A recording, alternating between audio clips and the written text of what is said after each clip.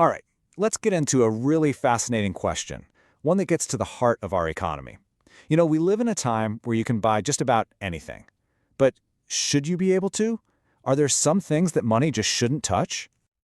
So, to kick things off, let's try a little thought experiment. Imagine you're running a daycare. You love the kids, it's great, but you've got this one nagging problem.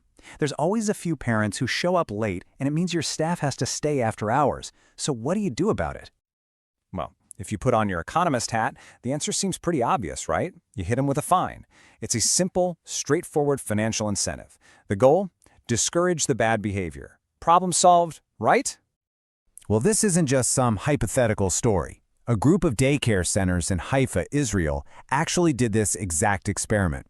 They went ahead and introduced a fine for parents who were late. So the big question is, did this simple economic fix actually work? It backfired. And I mean, it backfired spectacularly.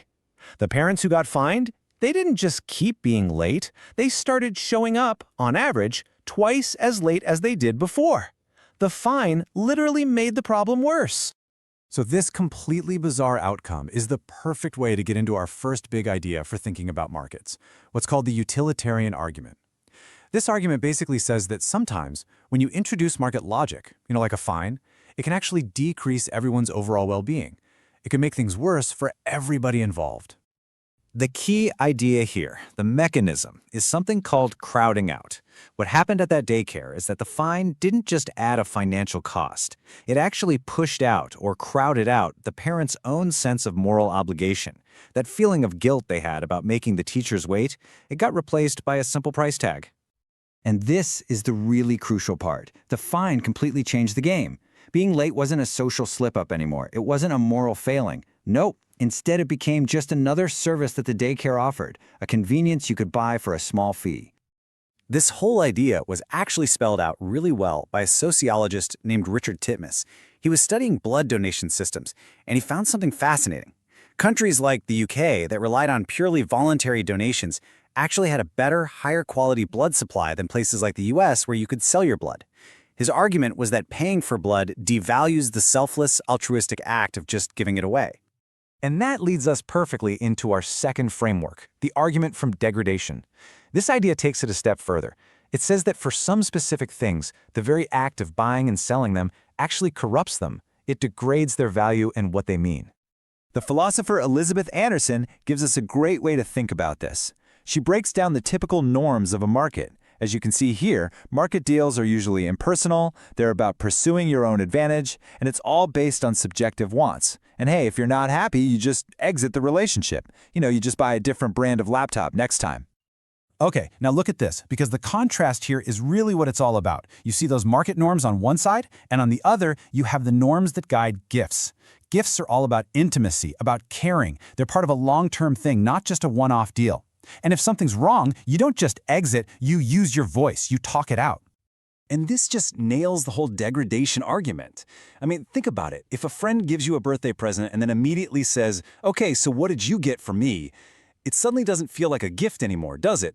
Applying that market norm of what's in it for me just corrupts the whole point of a gift. But what if a market exchange doesn't really seem to make things worse for everyone, and it doesn't seem to degrade the thing itself? Could it still be morally wrong? Well, that brings us to our third framework, the argument from fairness. So to dig into this, let's use another thought experiment. Picture a small, really isolated town where one single company, we'll just call it mono-hire, is the only game in town. If you want a job, you have to work for them, period. Now, mono-hire doesn't pay you in cash.